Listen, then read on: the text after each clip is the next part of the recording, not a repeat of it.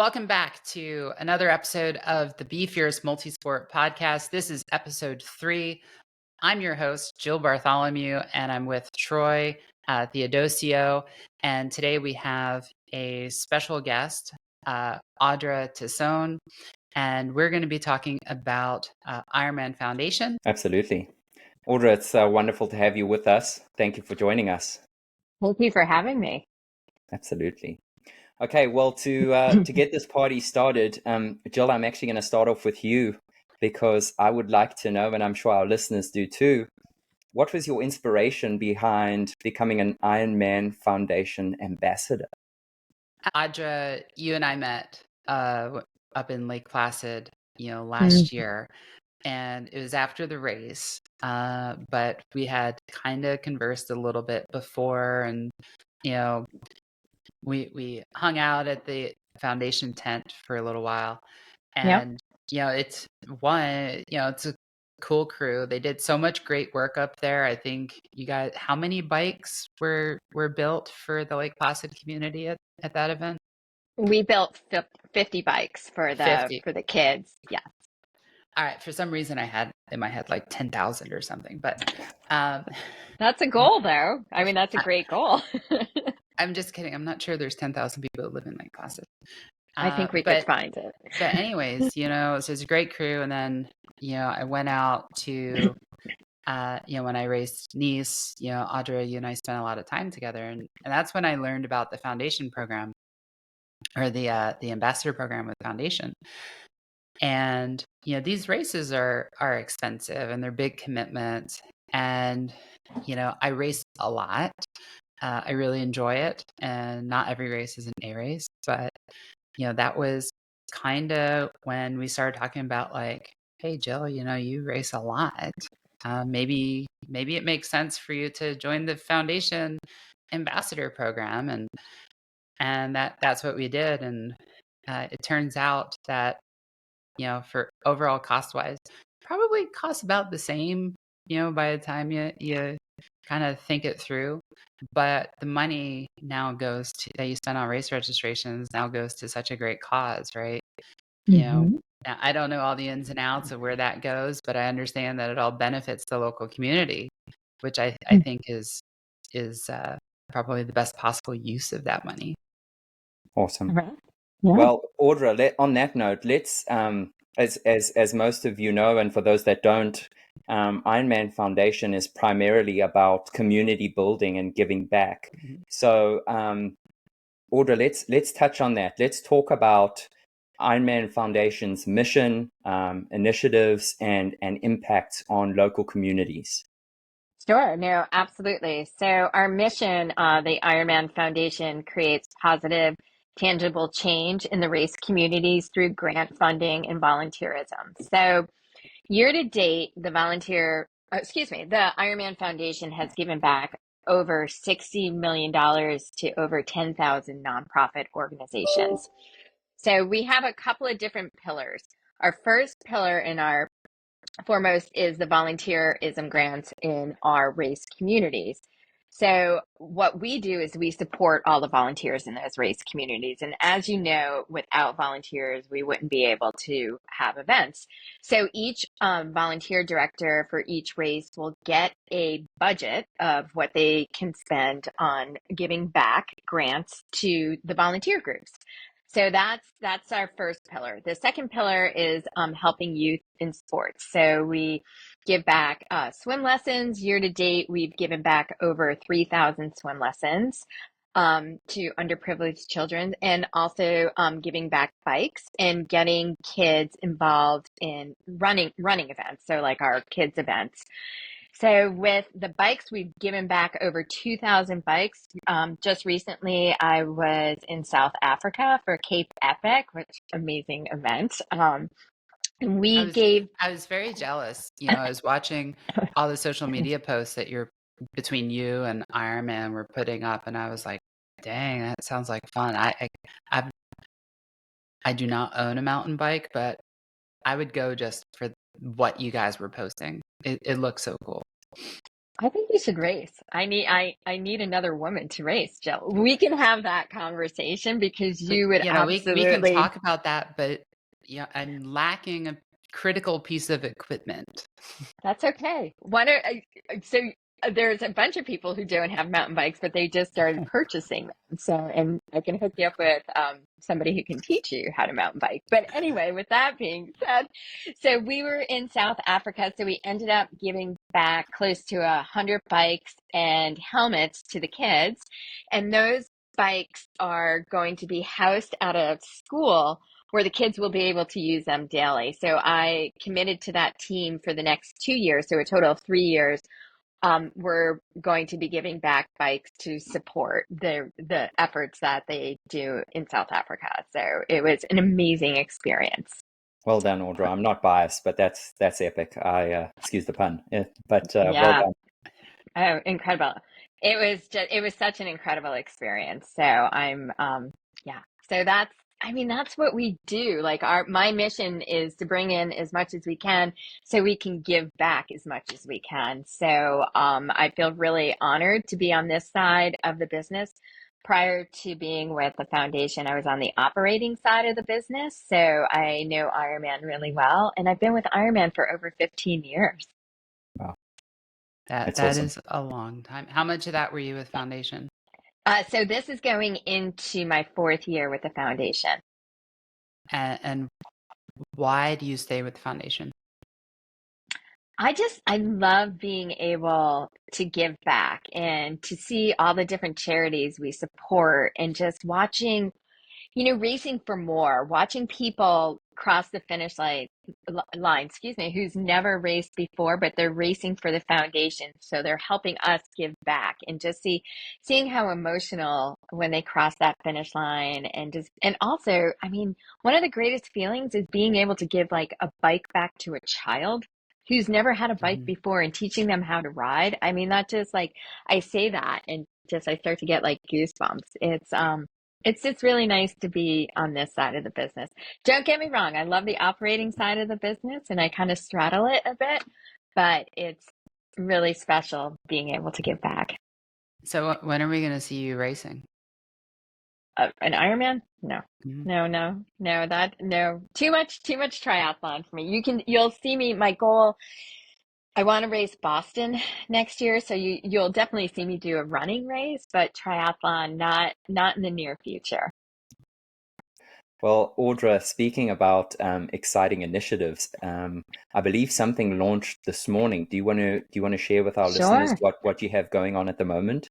Yeah, absolutely. So we just opened up our auction. So we're auctioning off 3 slots, one to the World Championship in Kona, one in the World Championship in Nice, and the other one, 70.3 World Championship in Spain. So, please, if you're interested in going to any of those events, please, jump on our website, ironmanfoundation.org, make a, bid. It's tax deductible and you're also helping a great cause. Awesome. Hey, Audra, rumor has it that if you put on an Ironman Foundation suit, you actually go faster. Is that true? Yeah, it is very true. I think wasn't that true in the past when they were Santini and they all just like fit too tightly? I don't know, but Now that there's Zoo, is that still true?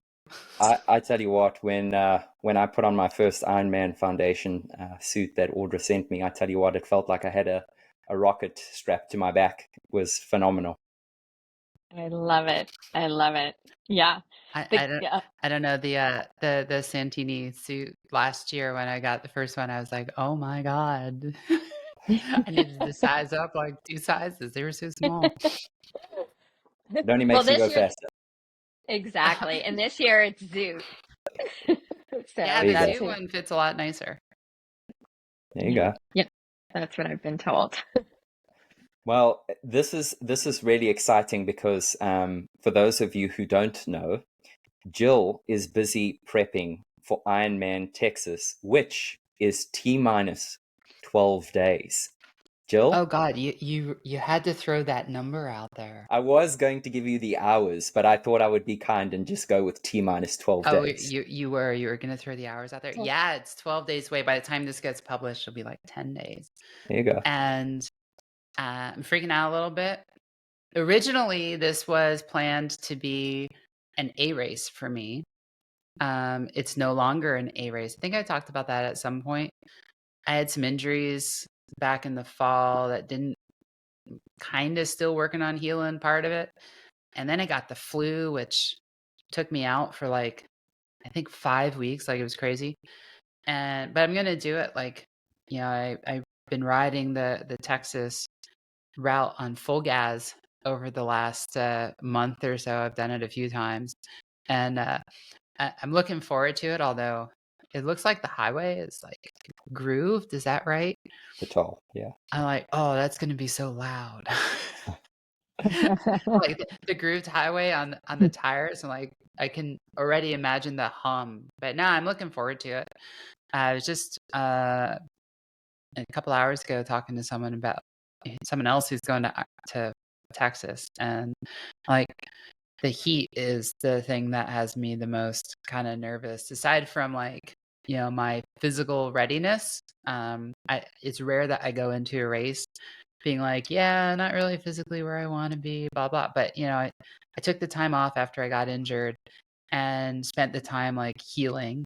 As a result, I'm starting the season not quite as fit as I'm used to, right? The winter is usually like hardcore on the trainer, and this year it was more in the pool. So my swim times I think have improved, but my There you bike go. and run times have come back. But When life no, throws you lemons, you got to make some lemonade. right. And Exactly. along those lines, we talked in our last episode about springtime surprise, and it was so hot out there. But I kind of view that as a good thing, Absolutely. because for me personally, it's like a little bit of heat acclimation before we get out there. It's going to be hot. It's going to be a hot one. Yeah. The But Woodlands is beautiful, so I think right, it's going to be, depending on the weather. I mean, the conditions could be yeah, could go either way, but I think you getting in some heat acclimation in Orlando, Florida, was to your benefit. yeah. I mean, it certainly can't hurt. But I'm keeping my fingers and toes crossed that we have light winds that day and not headwinds. Sure. I was looking at the for my age group, right? I was looking at the finish times for the last 5 years, and for the for the top 5 in my age group. And it's so funny because like you'll see like 10 something, and then the next year will be like almost 13, and the difference is the wind. Yeah. I was there last year and the conditions were brutal. But it's Right, but the year before 2025. they were setting records. Exactly. So Exactly. it's a mixed bag. Audra, are you going to be in Texas? It looks like I am going to be in Texas now for a couple of days. So Jill and I were actually talking about that earlier. So the last time I was at Ironman Texas was the first year it came on the calendar. So it's been a long time for me. So I'm looking forward to Yeah. getting back there. Well, Awesome. I'm looking forward to seeing you again in person. Is Yeah. I don't think we've seen each other. I mean, we've seen like the poorly lit digital image of each other a few Yeah. times, but I don't think that we've like physically sat down and had a coffee since Nice, right? That's Right. true. Yeah. It's been a while. It's But definitely, I'm looking forward to Texas. I'm looking forward to meeting a lot of new people. It's most of the races I typically do are on the East Coast, hmm and this is intentionally not on the East Coast. Like I started this year out like, yeah, I'm gonna do all these races on the West Coast, and we got Texas, and that's it. Everything else is like the normal East Coast stuff. As I was thinking about doing Oceanside, but like the timing of it doesn't work for me. Yeah. And I'm gonna be in the TriDot booth. As a coach, I'll be in the expert coach booth. I think 2 Oh, shifts. So like fantastic. 8 or 10 hours total. So I'm looking forward to that.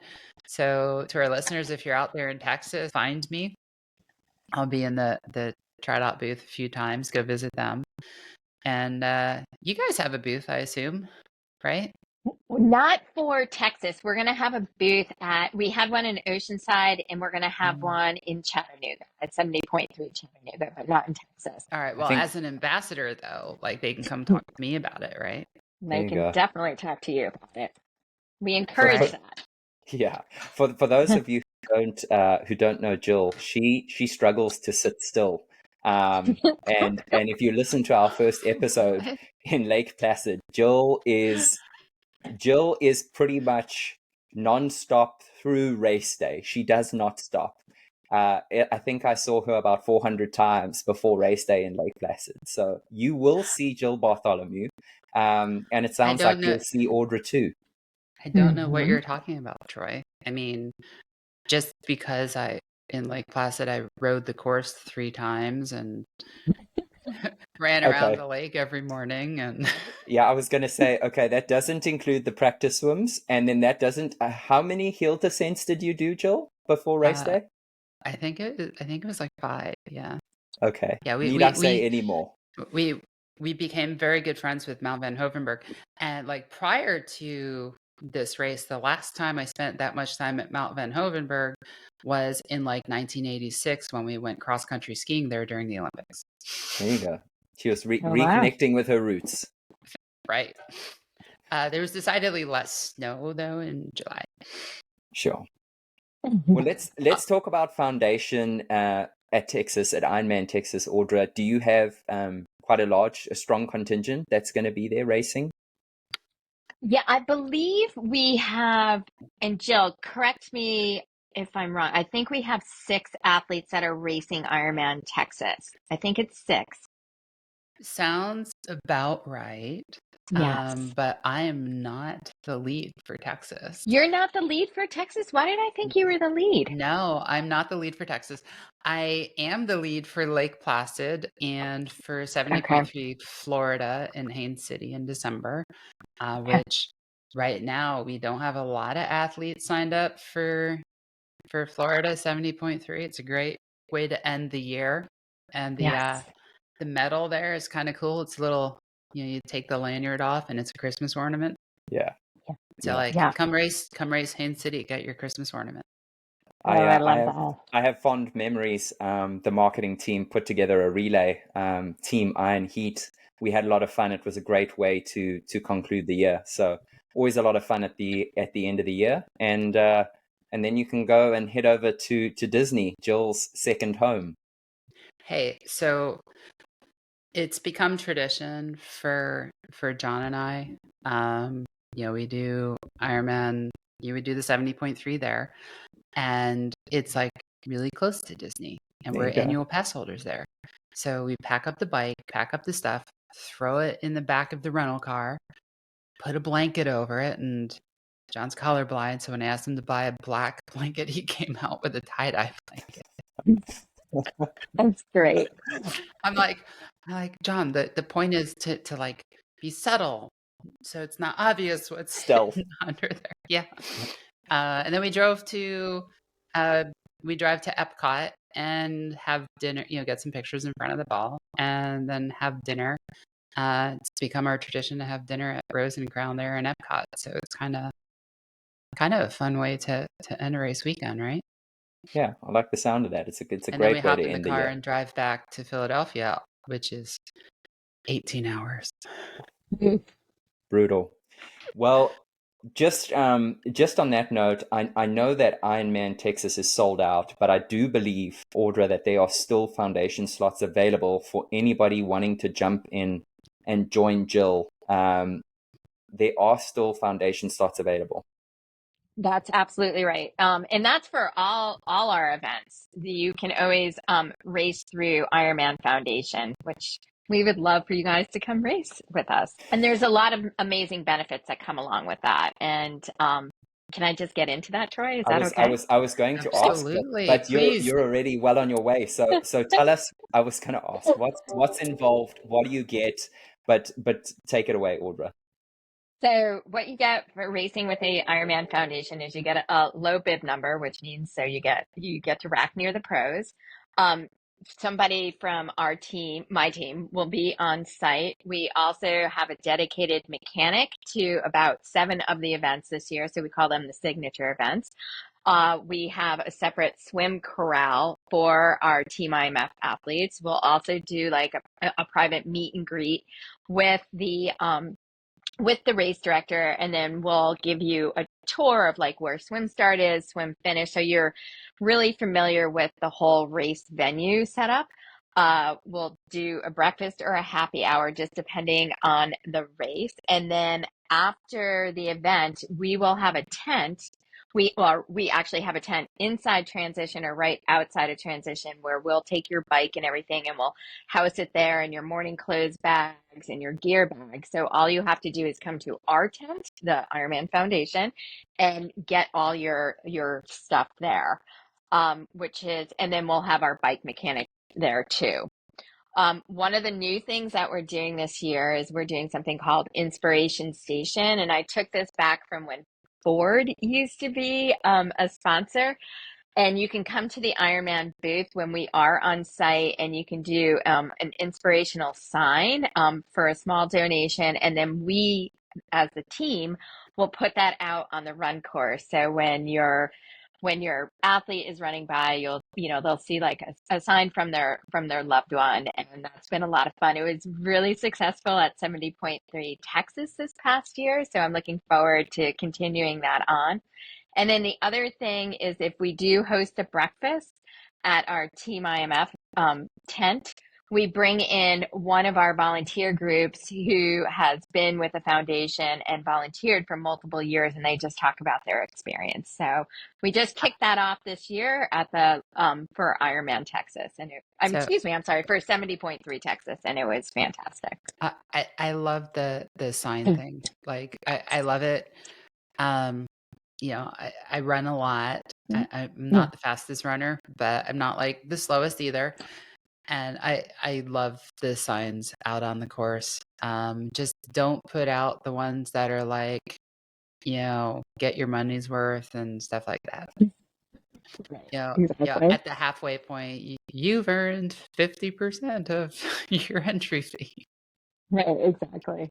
Or the ones that, like, I know when I used to race, would be like, oh, the finish line is close by, and it's not even anywhere near. Like, you're not, and it's just like that I'm like, no. Yeah, a couple years ago at the Philadelphia Marathon, there was this woman out on the course, and I saw her like 6 times, and her sign was like, "You're almost there. The finish line's around the corner." And the first time I saw her is at mile 2. Yeah. Out of 26.2. I was like, no, honey, it's not even close. Right. So back to who's the ambassador for Ironman Texas. It is Christine Valdez. Oh, fantastic. Okay. She's been an ambassador with us for, longer than I've been there. So I'm going to say at least 6 years she's been an ambassador. So she's great. Yeah, I know this because Andrea just sent out the other day the updated toolkit with everyone's name in it. Okay, perfect. Good. I'm like, I know I have that. I have that somewhere. So while you're talking, I'm over here like where is it? I love it. Can I just sidebar for a second? If that's okay. Jill, do you want to tell like your and Troy's listeners how our experience in Nice, what happened at the finish line? I think we've been over this so many times, but yeah. Okay. Yeah. I mean so I think on episode 1, we talked about it, right? It's like at Ironman Nice, John proposed to me at the finish line, which was, I'd like to say magical, but it wasn't Disney, but it was pretty cool anyways. And,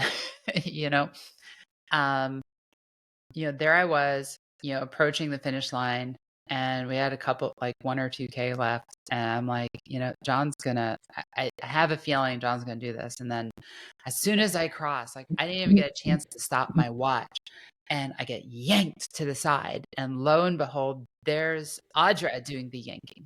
So Audra, you facilitated this. So thank you. I was going to say, thank you. There's a lot of magic involved behind the scenes, because at a World Championship event, medaling is one thing, but a proposal is a whole nother ball game. And it's so true. on the flight home, we had people come up. Audra, I mean, you were on the same flight we were. On the flight home, Yeah, we had people come up, I'm like, you guys are those. We heard about you. it was great. So Yeah, we were like internet famous for 30 seconds. Wow. it It's was a lot of fun. it's not every day Yeah, that it you have a was. proposal. It was a lot of fun. And I have like some really blurry, grainy video of it and no photos, but it is still memorable. Did I not send you photos? Blurry ones. Yeah, I'm not a great photographer. I I can know. re I'm not at all. I know that now. It's like blur. But you know, the other end of that is, where the wedding has been scheduled and the down Yeah. payment has been made. So it'll be at our other favorite location down in Florida, in August. So that'd be cool. That's so great. Talking about memorable moments, I think this is an opportune time. Jill's obviously had a memorable moment, and Audra, you spoke about South Africa. What would you say over the past 4 years? Is there a standout, having been with Foundation? Is there a standout memorable moment? Not necessarily a race, but something that you were involved in that really is something that you hold close to your heart and something that you're proud of? Yeah, I would go back to our first give back and there's two of them that really stand out. I'm going to go with our first actual bike give back, and that was at 70.3 Memphis. And we worked with a local boys and girls club, and just the kids, none of these kids ever had a bike, nor did they know how to ride a bike. So we set up like a whole safety course, and we went out there with Major Taylor Cycling Club and taught these kids how to use their bike. And just being able to we gave back over 100 bikes and helmets, and just the looks on their face, and just hear, like, they were just so happy, and the parents were so appreciative. So that is definitely one of my favorable moments, and definitely very memorable. And then the other one is when we first gave back swim lessons, and that was at Ironman Tulsa. Worked with a local YMCA, and we had the kids write in, why would they learn, what does Ironman mean to them?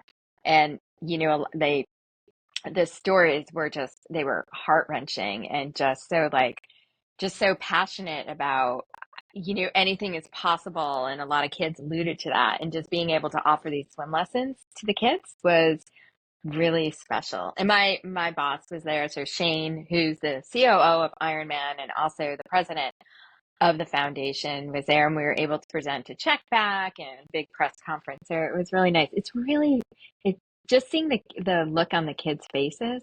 And then also when somebody has never raced before, and watching them cross the finish line, and the tears in their eyes of like, I did this. And it was, that's pretty magical too. So Awesome. there's so many different pieces, but they're all equally special in their own way. So I'm so curious. You've been doing this for a while. Do you have any stories of kids who, got those bikes and then went on to actually compete in the sport? Mm-hmm. Yes. So there's one girl in particular who received a bike, practiced, got into swimming, obviously got into running. Her mom is an athlete also, and she's continued on participating in 70.3s, or racing 70.3s. So slowly but surely, like, if we can just make a difference of 1%, that's huge. And just being able to expose, children to swim, bike, run, and just the community overall, as you both know, the triathlon community is so welcoming, and it's a huge family. And, and I love to share that with others.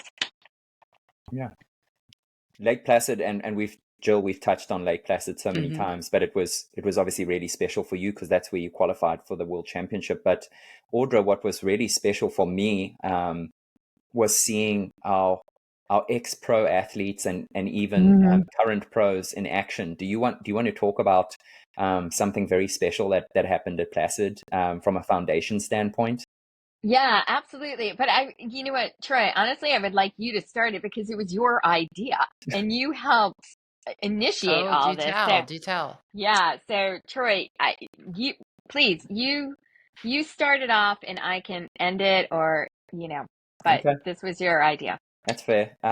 So I was on the marketing team at Ironman at the time, and I was working closely with Audra as it was Ironman Lake Placid, and we were putting our heads together with regards to what we can do to promote foundation. And with my connection with some wonderful athletes, some wonderful pro athletes, Ben Hoffman, Heather Jackson, and Andy Potts, some of the greatest athletes the sport has ever seen.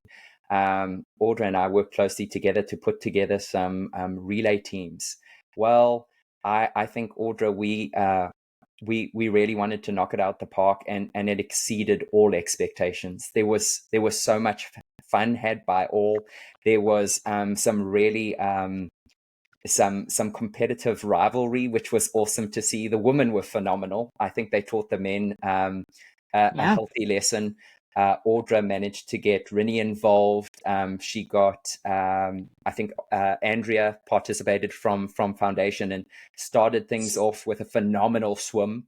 And I think Sika Henry, I was going to say, the crazy part was, if you looked at the names on paper, I kind of was leaning towards how it was going to play out. But let me tell you, we were in for a surprise, and it was just the camaraderie and what we saw take place was just very, very special. But I think it had everything to do with the people that were involved. Yeah, it's always about the people, though. Yeah, it really is. It always ends up like the people and it's one of the things I love about this sport in particular. And like we talked about this last week, Troy, with like the Run Disney stuff. It's like these are two sports, two forums that tend to bring together like really awesome people. Yeah. Yeah. And a lot of generosity in both. Yeah. Mm-hmm. And we see that from some of the ex-pro athletes and even the pro athletes today, their willingness to get involved. And Audra can touch on this more because I've highlighted a few special individuals, but I know that there's so many more. And that to me is just their contribution and giving back. That to me is just so special. And Audra, I hope we see more of that. Yeah, no, so for 70.3 Chattanooga, so we're doing another pro relay, and it's McKeely Jones is racing with Johnny O'Brien. Oh wow. Yeah, so he's on our board of directors, and he also is an XC athlete and lives in Chattanooga. So he's racing with McKeely, and then this hasn't been publicly announced, but I'm going to put it out there. And if I get any backlash, that's okay. Ben Hoffman is racing Cape Epic with us next year. Wow. So we're incredibly excited about that. And I love that, you announced it here, unexpected new press release just happened. So that's hot off the press. Pretty awesome. So, yeah. So Audrey, you've got about 48 hours to get in front of that before this is out there. Yeah, no. It's he's in. I'm just he's in. We were gonna do a collective announcement, but this just seemed like the perfect platform to announce it on. So yeah, so I've been talking to his wife and everything. So it'll be exciting to have him. And he's racing with a Tommy Martin, Dr. Tommy, who's one of our ambassadors, who's also a huge Ironman athlete and just an incredible individual. So they're racing together as a team. So that's fantastic. I can't say enough good things about that incredible man, Ben Hoffman. No stranger to South Africa. Won Ironman South Africa. Yeah. Literally fell in love with the sport. He was like a hometown favorite. Came from the US. Phenomenal athlete, and equally as phenomenal off the course as he is on the course. And then Audra mentioned Johnny O'Brien, huge heart. Last year, Amazing. the man gets his entire family, the O'Briens, to race at Chattanooga, which was just absolutely fantastic. They all finished. They all had a phenomenal day. Audra, that was special. Incredibly special.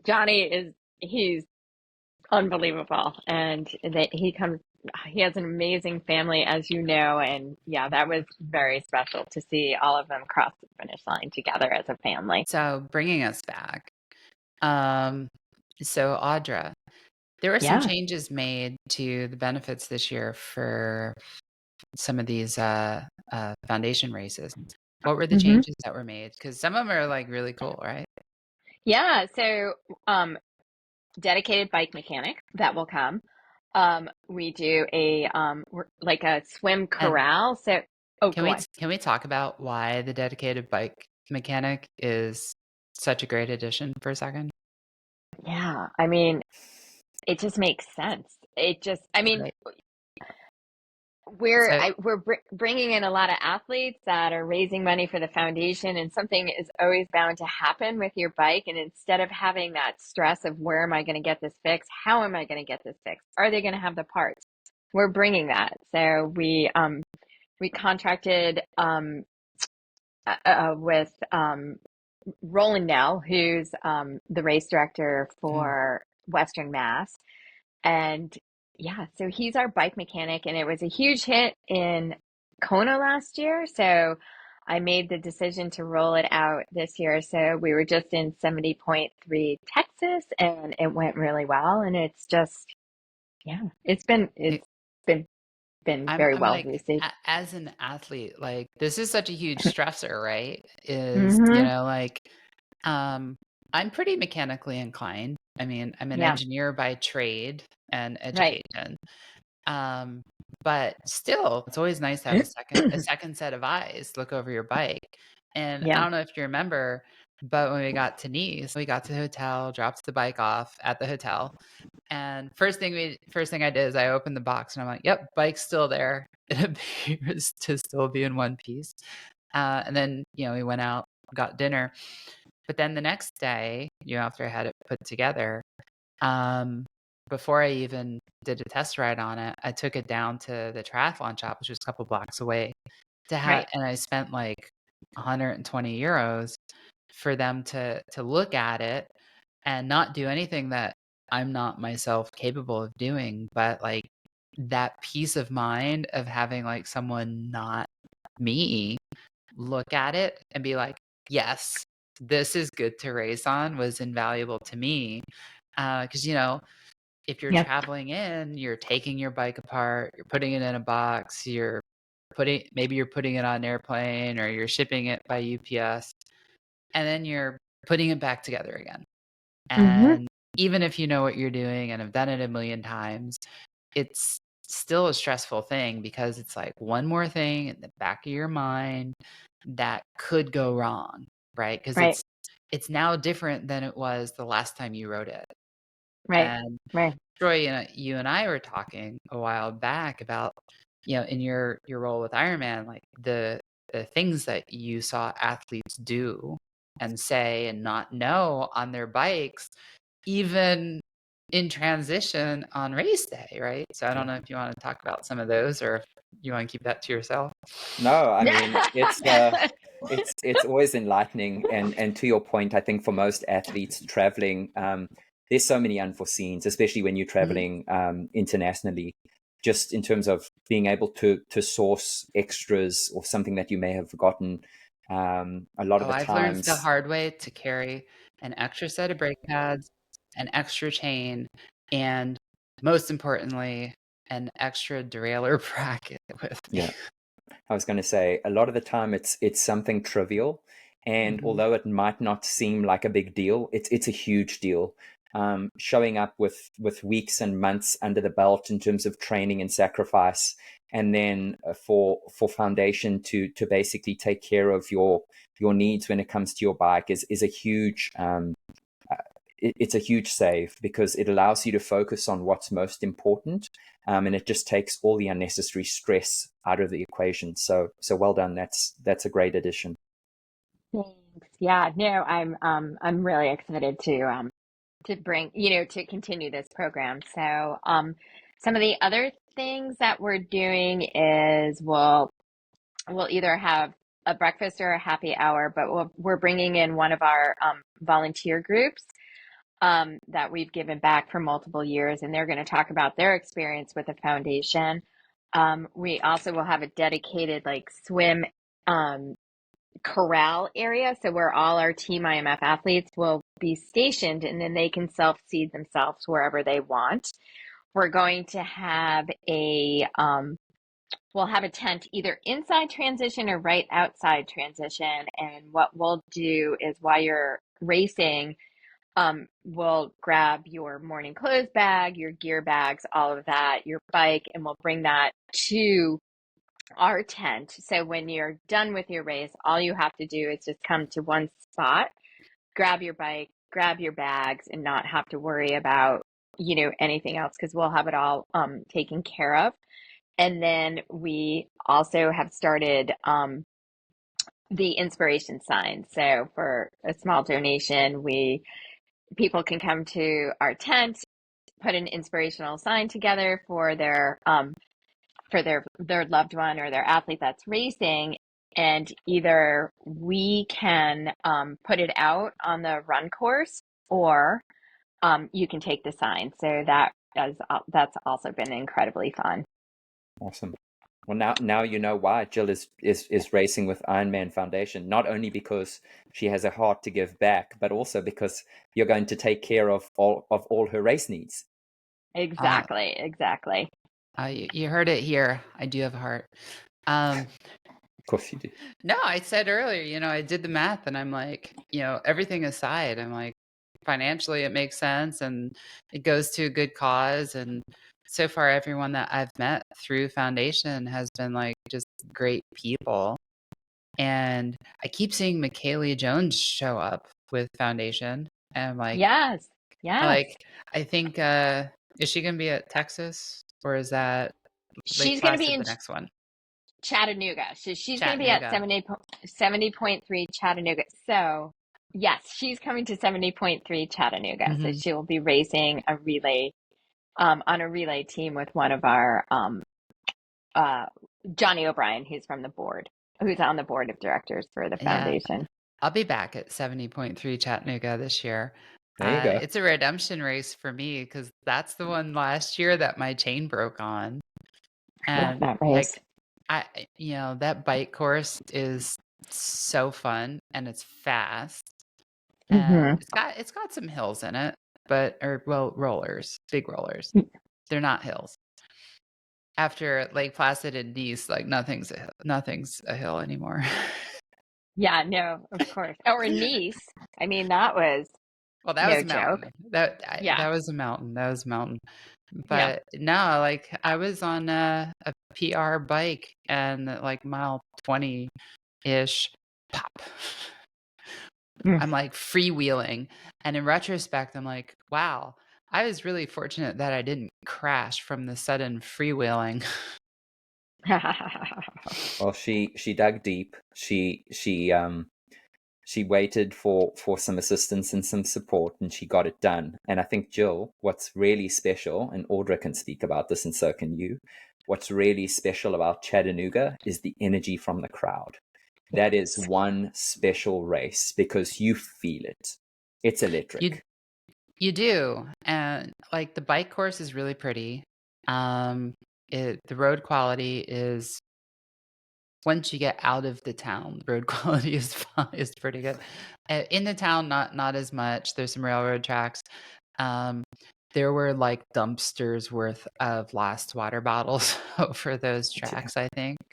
I have a speed concert. They have like the triangular water bottle that fits in the frame. Yeah. I saw a bunch of those on the side of the course, and I was thinking in my head at the time, I'm like, how do you even lose that? Like, it's like really tightly put in there. And I saw some of those, lost on the ground. but the run, well, first, like the swim, right? The swim was a little Downriver. bit stressful because it's the first one that I've done where like you jump off of a dock Yes. into the water and then get going. Yeah. And we had done a practice swim, me and a couple other folks, 2 days before, and we were like trying to swim upriver, just maybe a quarter mile, if that. No. And there's this video that John took of me and 3 other people like out in the middle of the river swimming in place. I was going to say, were you going backwards? Because if you're No, trying no, to, I you was were not holding. going backwards. We were holding our own. And you can see like closer to the shore, we were doing all right. And then as we got like maybe a third of the way towards or halfway, from shore to the middle, that's when like the current picked up and we're just like swimming in place. And one of the girls had a little bit of a momentary panic attack, and you can see her like doing fine, and then she loses all that ground. Yeah. And we ended up getting out of the water downstream of where we got in the water at a place that I guess we weren't like technically supposed to, and then we walked back to our bags. But it was good because we got to feel the current before getting into the swim.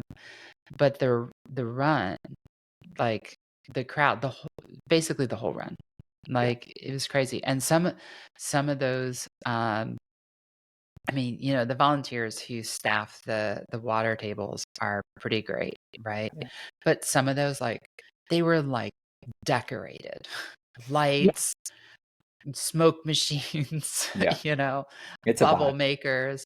I'm like, this is pretty cool. I remember like the one at the turnaround at the far end of the out and back on the run. And that one was like, it was like you almost looked forward to it because it was like such a cool spot they had set up.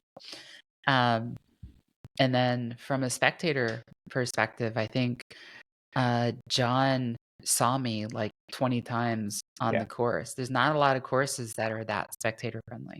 Yeah. Mm-hmm. Yeah, Well, I can tell you, if you enjoy Chattanooga, you're in for a treat at Ironman Texas when you run through Hippie Hollow. Oh yeah, That is a vibe. like I'm looking forward to it. I mean, Yeah. I'm not looking forward to how my body is going to feel at that point. But, No. I'm looking forward to the race. Yeah. And so you'll have to give John all the tips and tricks so that Oh, he I can will. spectate. Because For like sure. that one in Chattanooga, he's like, yeah, I went here and then all I had to do was step over the guardrail and I could see you again going the other direction. Pretty much. Yeah. Very, very spectator friendly. It's a fast course. It's a lot of fun. It's a sold out race. It always is. It's one of the first 70.3s to sell out. But Audra, I'm assuming you've still got some slots.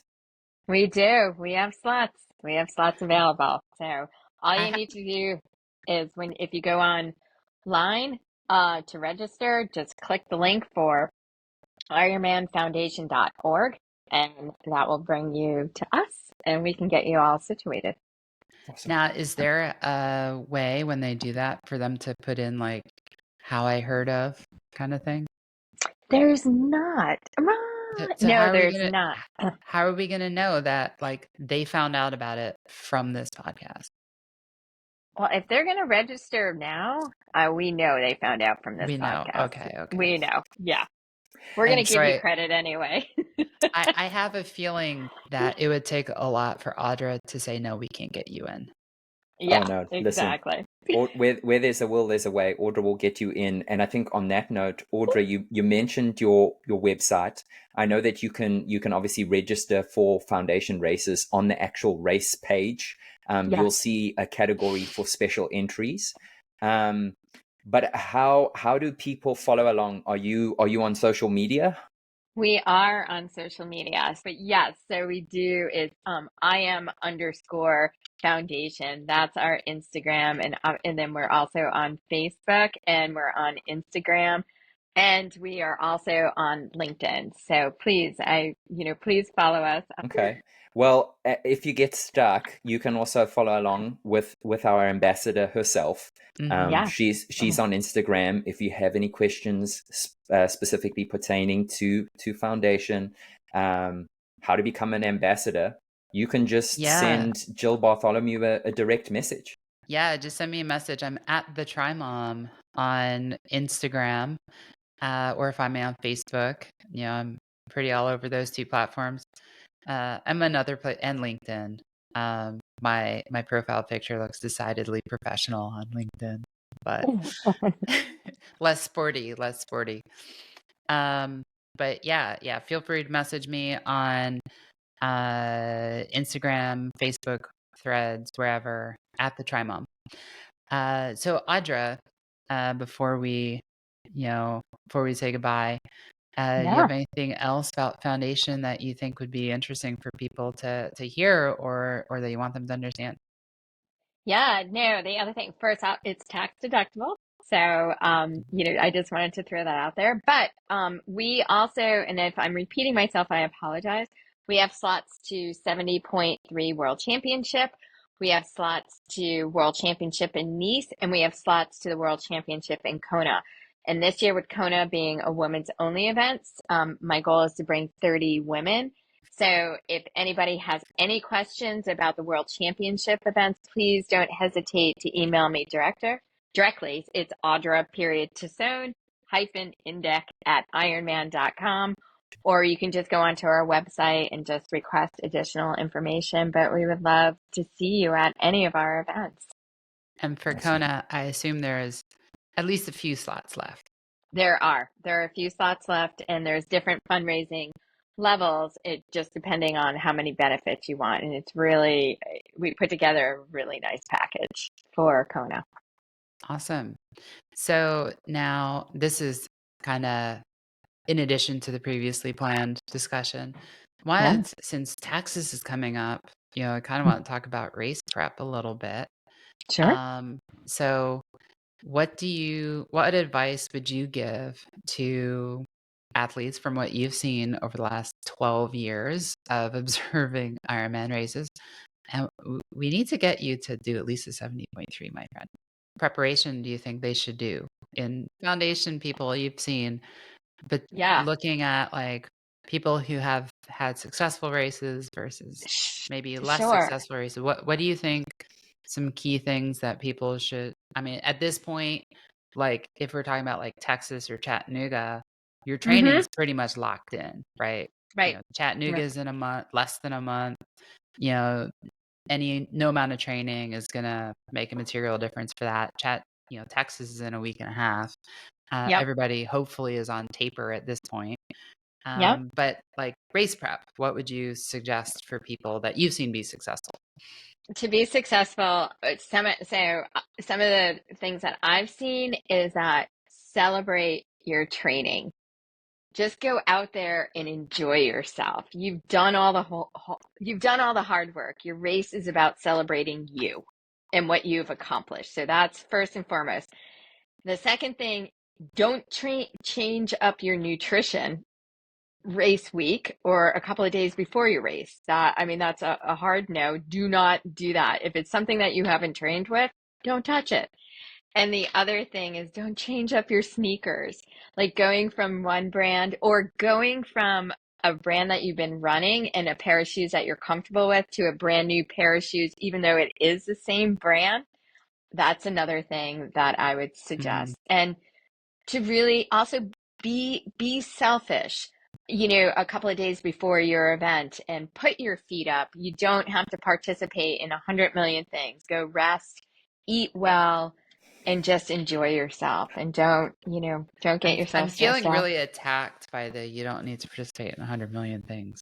No, that's not directed towards you at all. No. I say that like for Kona because we have so many things going on all the time. And the athletes, they actually feel guilty that they're not coming to, like, if we have a cocktail hour. And I said, no, you don't, would love to see you, but you don't have to be there. But definitely make time for yourself and put your feet up and relax. I definitely struggle with that one. And this year, I think, between, so like Lake Placid, I think especially, probably Chattanooga too, Yeah. between Foundation, which I want to be really involved with, TriDot, who, I'm a coach on the TriDot platform, and Yep. I'm a TriDot pool school instructor. So I want to be involved with them. And I'm a member of the Betty Squad, right? This year I'm on the Elite Yeah. Squad. So like I obviously want to be very involved with them. And like between the three, like I could literally be doing something from before the sun's up till after the sun's down every day. Yeah. True. Very, very true. Yeah, it's good advice. Like pick your events wisely. Exactly. Exactly. And don't change your nutrition. Don't change it. I think that falls into the nothing new on race day though. Yeah, exactly. Exactly. But I've So, seen it. I've seen people, athletes who, they want to try a new drink or something, but they haven't trained on it, and it's yeah. crushed Well, them. and last year with Ironman changing from Gatorade Endurance to Mhm. Martin, I mean that, or not Martin, Mortal Mortal. Hydration, Yeah. that kind of threw a lot of people off too, because like Sure. I know for me, like it's one thing to train with it, but you're not training for 10 plus hours at a pop. And like for Right. me, like once I hit like that 9 or 10 hour mark, with probably about 10 hours was when it started to like really make a difference. It was like, Yeah. oh, I'm not used to this. Exactly. Exactly. And then the other thing too is if you're not used to having like a lot of caffeine, not to start taking more things that have caffeine in it. I've seen that, the other extreme with that, people's heart rates are racing and just Oh, like simply not. that's not where my head went. I'm like, if you take too much caffeine and you're not Yeah, used to it, you might be making a few more potty breaks than you were expecting. so true. I So think, Troy, do you have anything to add to that? yes, Yeah. You've been around this world for a very long time. yeah, I think two things that I want to chime in with. One is that foundation between um, the staff and some of the athletes, yourself included, Jill, obviously with your coaching background, there is a wealth of knowledge and experience that you can draw from, which I think is very reassuring. I think it's really helpful to have that level of support in terms of if you're a newbie or a beginner, or even if you're a seasoned athlete. You never know it all, but I think there's a wealth of information, and there's some really good people that can give you some really good advice come race Mhm. day and training. Audra mentioned my good friend Roland, who is the race director of 70.3 Western Mass. He just completed the Cape Epic, and he's your bike mechanic, which is super awesome. So I think as far as being well looked after in terms of your biking needs, Jill talking through race strategy, talking through important things regarding nutrition, hydration, etc. I think this foundation is a community that you can certainly draw from expertise and knowledge. And then I think just from a coaching standpoint, I think what's super important is to keep it simple and not overcomplicate it. I think so often we can really overthink things, Mhm. hyperanalyze, and I think that can be a huge fault of us all. And I think just keep it simple. Stick to the way you've trained your training simulations, and for the most part, I want to encourage people to ask you questions, because I think people feel embarrassed for the questions. I think a lot of the times people tend not to raise their hand if somebody talks about some jargon or some highfalutin terms that are not well known, and I think that's scary to a Mhm. lot of the newer athletes. And I just want to encourage people to raise their hand. I want them to ask those questions. There is no silly question, because if we're honest with ourselves, we've all been there, done that, got the t-shirt, and if we can help other people avoid those same mistakes and learn from our mistakes, that contributes to the benefit of the sport and the community as a whole. Yeah, right? as they say, the only dumb question is the one not asked. Correct. Exactly. Right. It's like, Exactly.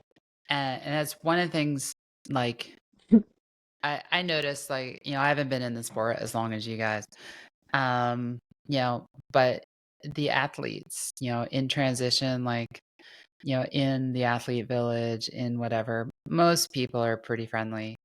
Everyone, I think, is kind of in their own little world at times, but like everybody's so willing to answer questions and to give others the time. You just have to ask for it.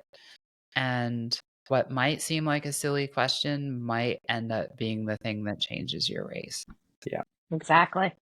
And the other But thing too, yeah, oh, go ahead. is one thing that something that works for one person doesn't necessarily mean it will work for the other person too. So Yeah, that's why I love the tire pressure question, right? What pressure should my tires be at? Well, first, like if you've made it to the race, you should probably know what works for you. And I might weigh less or more than you, so what works for me might not work for you.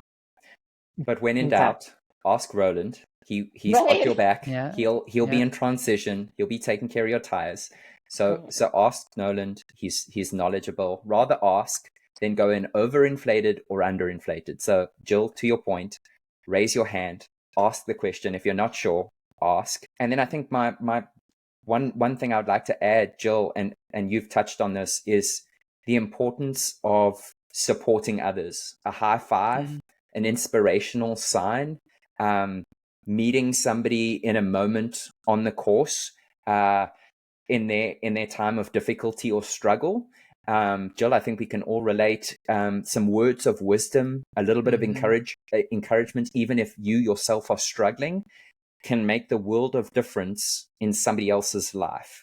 Don't wait for race day to be kind and to be loving and nice towards somebody other than yourself. I think it's really important as we try and build this community, to build it up, to encourage everybody, to encourage one another. Yes, on race day, some people are super competitive, but for other people, it's just showing up at race day, and that in and of itself is a massive victory. And I think we need to remember that, and that needs to be top of mind with regards to the fact that everybody who shows up at a race has a story. It may be very different to yours, but we need to celebrate that. We need to embrace that, and we need to make sure that we are hospitable towards others, and we're caring, because at the end of the day, you don't know who's showing up and what they've overcome to get there. And at the end of the day, our goals might be slightly different, but everybody crossing that finish line, that's the ultimate goal. So I want you to remember that. Yeah, I was gonna say that's such great advice, because everybody's got their own goals, and you don't necessarily, we don't print on the back of our shirt what our goal is, right? A lot of people's goals might be just to finish and under the cutoff. Other people might be shooting for a podium, and you can normally tell the folks who are shooting for the podium, right? But there's everywhere in between. And we don't like screen print it to the back of our shirts, so you don't know what those are. I will say, I was on a race, and it was Lake Placid. I'll admit to that. And the Three Bears on Lake Placid, right? So it was on the second go around. I had to stop about 20 miles from the finish, 25 miles. My left cleat was like moving all over the place. It was, I actually had to tighten it on the course. So I lost some time with that. And, I was cranking up that hill, and I remember what my power output was. It was pretty high, higher than it should have been given where we were in the race. And I was not feeling awesome. And this guy he and I had been like yo-yoing for quite a while, he passed me for what ended up not being the last time. And, he saw that I was kind of like fatigued, and he's like, I don't know how you're hanging with me. You're so strong. and that like, it's like those kinds of things out on Mhm. the course, like encouraging each other that, helps, get everyone's motivations back to where they need to be. 'Cause these are not trivial races. They're long races. It's called Ironman for a reason. It's Yeah. hard and it's meant to be hard. And not everyone can do it, but that doesn't mean we can't support each other along the way. Exactly. Agree. So, on that note, I think we're about to wrap up, but I want to put a plug in for a couple things. One is Ironman Foundation. If you're interested in racing with Foundation, or if you want to get into a race that is sold out, contact Audra. Or I'm an Ironman Foundation. Feel free to contact me. Probably the best way is to message me on Instagram at the TryMom. Also, we're going to be putting together a little YouTube series on some basic bike maintenance, which is hopefully useful to at least one person other than me.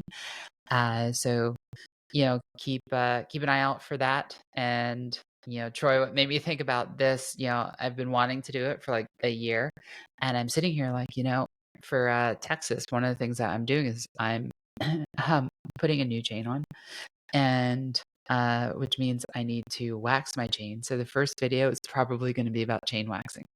Yeah. Oh, awesome. So on that note, thank you everyone for listening. Please like it, subscribe to it on whatever platform you're listening on. We do have the video version of it posted on YouTube. So subscribe there, or, Apple Podcasts, Spotify, iHeartRadio, wherever. Please subscribe. Awesome. Thank you, Jill. Thank you for joining us, Audra. Yeah, thank you for having me.